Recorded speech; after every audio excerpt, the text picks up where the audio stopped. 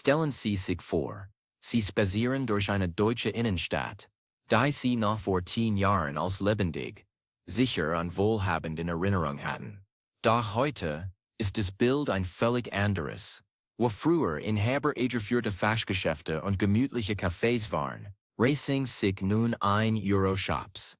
Verbarrikadierte Schaufenster und Spielhallen aneinander. Der Müll sammelt sich in den Straßenecken und die Menschen, denen sie begegnen, wirken gekennzeichnet von einem permanenten Überlebenskampf. Das ist kein Szenario aus einem fernen Krisengebiet, sondern die bittere Realität in immer mehr deutschen Städten. Während die glänzenden Metropolen wie München oder Hamburg immer unbezahlbarer werden, rutscht ein ganzer Teil des Landes in eine gefährliche Abwärtsspirale aus Armut, Wohnungsnot und sozialem Verfall. Und wir reden hier nicht von einem schleichenden Prozess, sondern von einer rasenden Beschleunigung, die ganze Stadtviertel in den Abgrund reißt.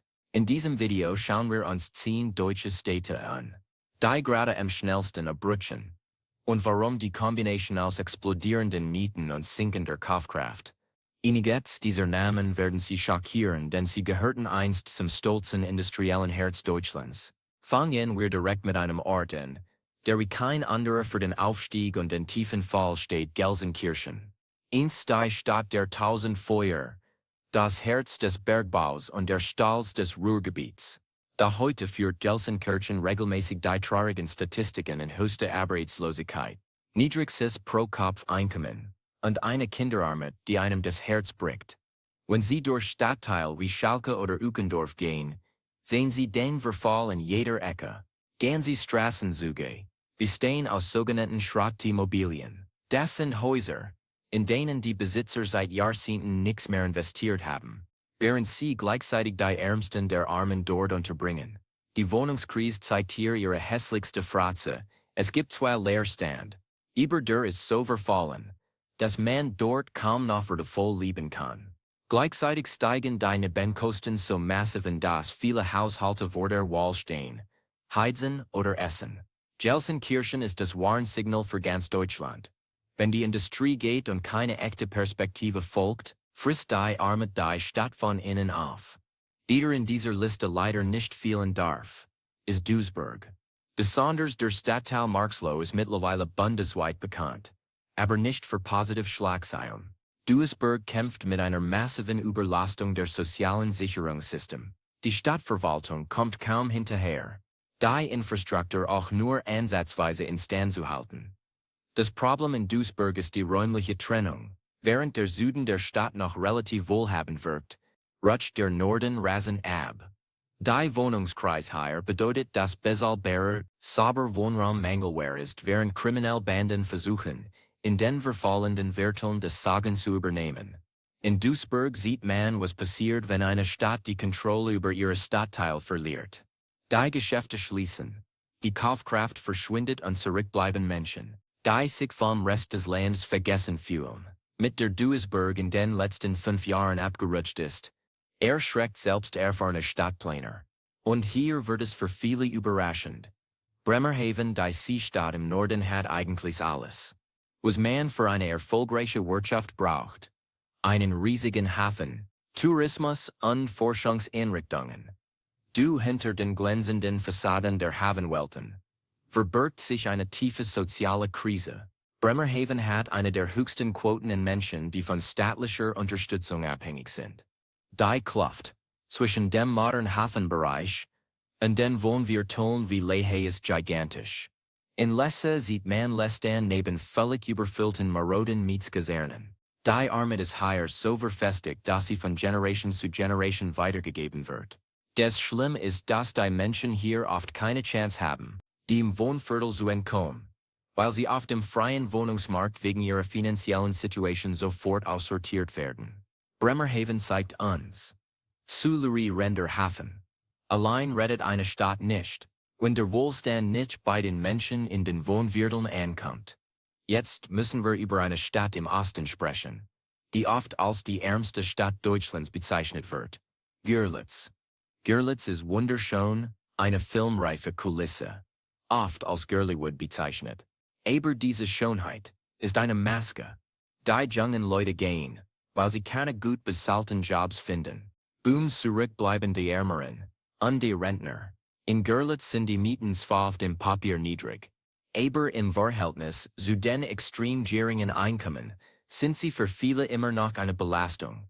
Die Wohnungskrise bedeutet hier nicht unbedingt Platzmangel, sondern den Verfall der historischen Substanz, weil niemand das Geld hat, sie zu sanieren.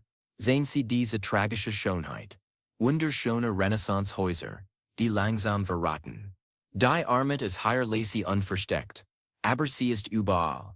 Görlitz rutscht ab, weil das wirtschaftliche Fundament fehlt, die prächtige Hülle im Leben zu erhalten. In dem der erst in den letzten Jahren rasend in die Abwärtsspirale geraten ist Pirmasens in Rheinland-Pfalz. Einst das Zentrum der deutschen Schuhindustrie, kämpft die Stadt heute mit massiver Verschuldung und einer schwindenden Bevölkerung. Pirmasens hat eine der höchsten Pro-Kopf-Verschuldungen in Deutschland. Das bedeutet, die Stadt hat kein Geld für neue Spielplätze, für die Sanierung von Schulen oder für die Förderung von Integrationsprojekten. Wenn die öffentliche Hand pleite ist, verfällt die Stadt rasant. Die Wohnungskrise in Pirmasens ist paradox. Es gibt viel Platz, aber die Qualität der Wohngegenden verschlechtert sich so schnell, dass ganze Straßenzüge entwertet werden. Wer sich sie leisten kann, zieht weg. Die keine Wahl haben. Pirmasens ist ein Paradebeispiel für eine Stadt, die in der Schuldenfalle sitzt und zusehen muss, wie ihre soziale Vitalität langsam erlischt.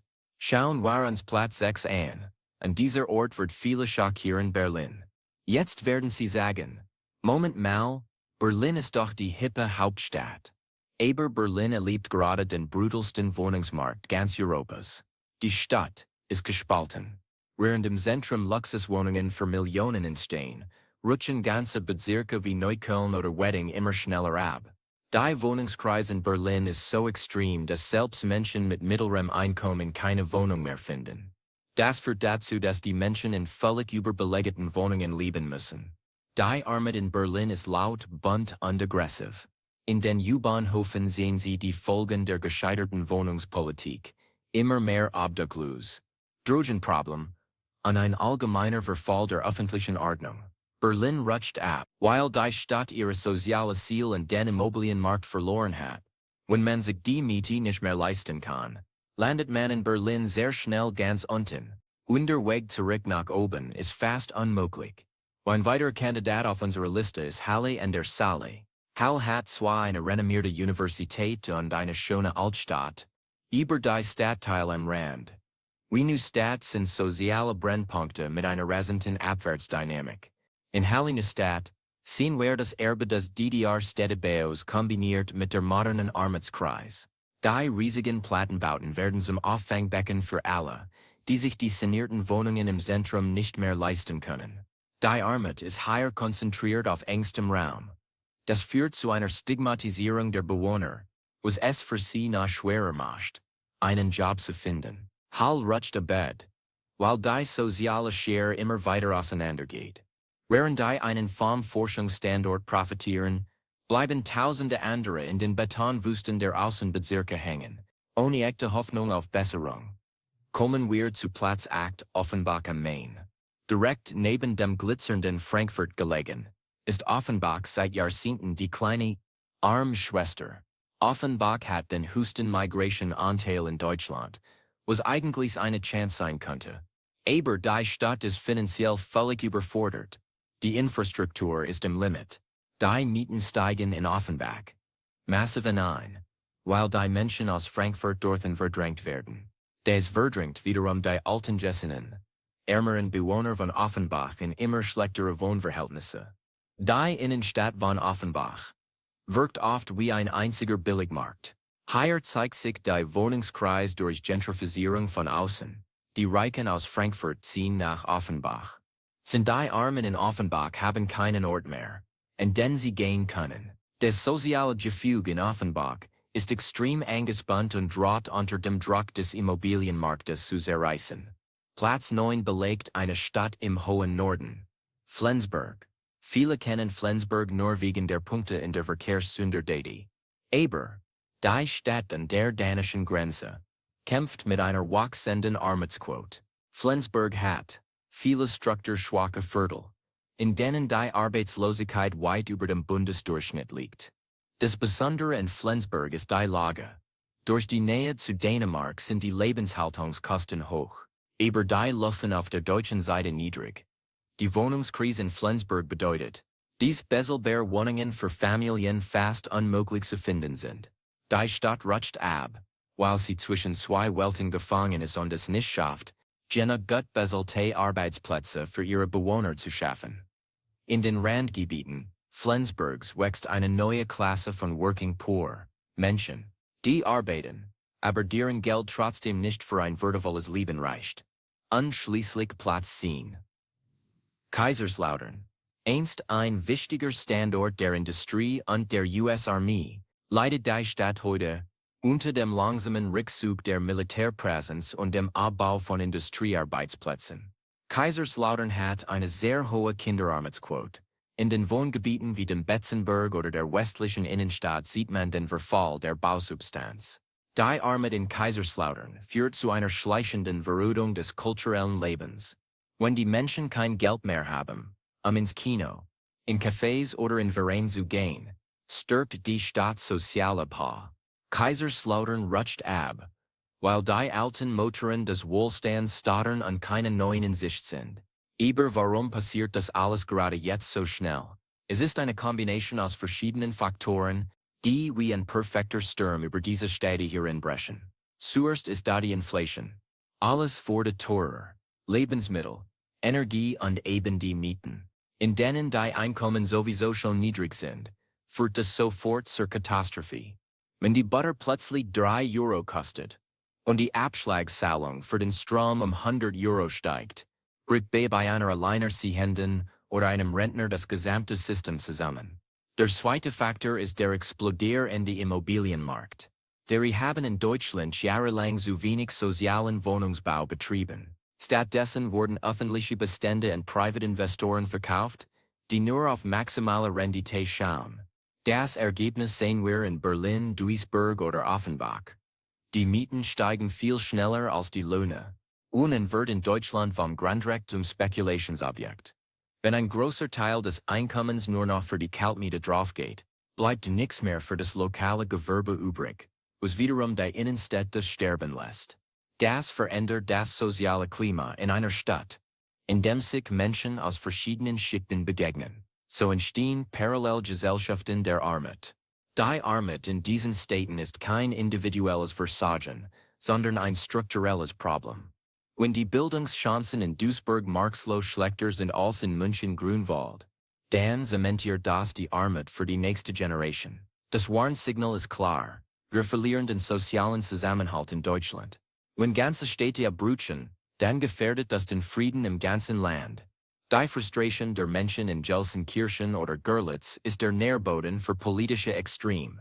Was können wir als Gesellschaft tun? Wir brauchen mehr staatlich geförderten Wohnraum, der dauerhaft günstig bleibt. Wir müssen verhindern, dass internationale Investmentfonds ganze Straßenzüge aufkaufen und die Mieter durch Luxussanierungen vertreiben. Aber das ist nur ein Teil der Lösung. Wir müssen auch dafür sorgen, dass Arbeit sich wieder lohnt. In Städten wie Pirmasens oder Flensburg müssen neue Industrien angesiedelt werden, die nicht auf Billiglöhnen basieren. Ein weiterer entscheidender Faktor ist die Unterstützung der Kommunen. Städte wie Gelsenkirchen oder Kaiserslautern können ihre Probleme nicht alleine lösen. Wenn die Stadtkassen leer sind, können sie nicht in die Zukunft investieren. Eine Altschuldenanlastung für die ärmsten Kommunen wäre ein wichtiger erster Schritt, um ihnen wieder Luft zum Atmen zu geben. Ohne investitionsfähige Städte wird der Verfall der Infrastruktur unumkehrbar. Aber es gibt auch Hoffnung. In manchen dieser Städte entstehen Bürgerinitiativen und Netzwerke der Nachbarschaftshilfe. Die Menschen nehmen ihr Schicksal selbst in die Hand, gründen Solidarläden oder sanieren in Eigenregie kleine Parks. Das ist bewundernswert. Aber es darf den Staat nicht aus seiner Verantwortung entlassen. Die Armutskrise in Deutschland ist eine politische Entscheidung. Und wir können uns auch anders entscheiden. Achten Sie beim nächsten Stadtbesuch mal auf die Details. Schauen Sie nicht nur auf die glitzernden Schaufenster in der Fußgängerzone, sondern gehen Sie ein paar Straßen weiter in die Wohnviertel. Dort sehen Sie das wahre Gesicht der Stadt. Die Wohnungskrise ist kein abstraktes Wirtschaftsthema, sondern eine Frage der Menschenwürde. Wenn ein Rentner in Görlitz Angst vor seiner Heizkostenabrechnung hat oder eine Familie in Berlin aus ihrer Wohnung geworfen wird, dann betrifft uns das alle. Das rasante Abrutschen dieser 10 Städte ist eine Warnung an das ganze Land. Es zeigt uns, dass Wohlstand in Deutschland nicht selbstverständlich ist. Muss gepflegt und gerecht verteilt werden. Die ganze Region abgehängt werden. Dann sollen wir am Ende alle einen hohen Preis dafür. Die Zeit des Zuschauens muss vorbei sein. Wir brauchen lebendig, bezahlbar unsicher Städte für alle, egal ob in München oder in Gelsenkirchen. In den kommenden Jahren wird sich entscheiden, ob wir dieses Auseinanderdriften der Städte stoppen können. Es ist eine der größten Herausforderungen unserer Zeit. Wir als Konsumenten können auch einen kleinen Teil beitragen, indem wir lokale Läden unterstützen, statt alles klickend im Internet zu bestellen. Jeder Besuch in einem echten Café, jeder Einkauf beim Bäcker vor Ort hält ein Stück der städtischen Vitalität am Leben.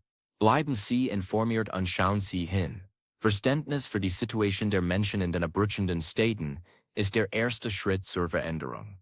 Armut ist kein Verbrechen, aber eine Gesellschaft, die Armut einfach ignoriert, begeht einen Fehler. Wir sitzen alle im selben Boot, auch wenn manche Decks gerade schneller geflutet werden als andere. Diese 10 Städte sind Stellvertreter für viele andere Orte in Deutschland, die vor ähnlichen Herausforderungen stehen. Lassen Sie uns die Diskussion darüber beginnen, wie wir unsere Städte wieder lebenswert machen können, und zwar für alle Bewohner, nicht nur für die mit dem dicksten Geldbeutel. Es geht unsere gemeinsame Zukunft in diesem Land. Städte sind Orte der Begegnung, der Kultur und der Freiheit. Sorgen wir dafür, dass sie das auch bleiben. In unserem nächsten Video werden wir uns anschauen, wie man sich in Zeiten der Wohnungskrise als Mieter schützen kann und welche Alternativen es zum klassischen Wohnen in der Großstadt gibt. Es gibt Wege aus der Krise, aber man muss sie kennen. Bleiben Sie wachsam, bleiben Sie solidarisch und vor allem, lassen Sie uns gemeinsam für bessere Städte kämpfen. Deutschland kann mehr als nur verfallen Wohnort. Wir müssen es nur wieder beweisen. Bis zum nächsten Mal. Wenn wir wieder die Geheimnisse der Supermärkte und der Stadtpolitik lüften. Bleiben Sie sicher und achten Sie auf sich und Ihre Nachbarschaft.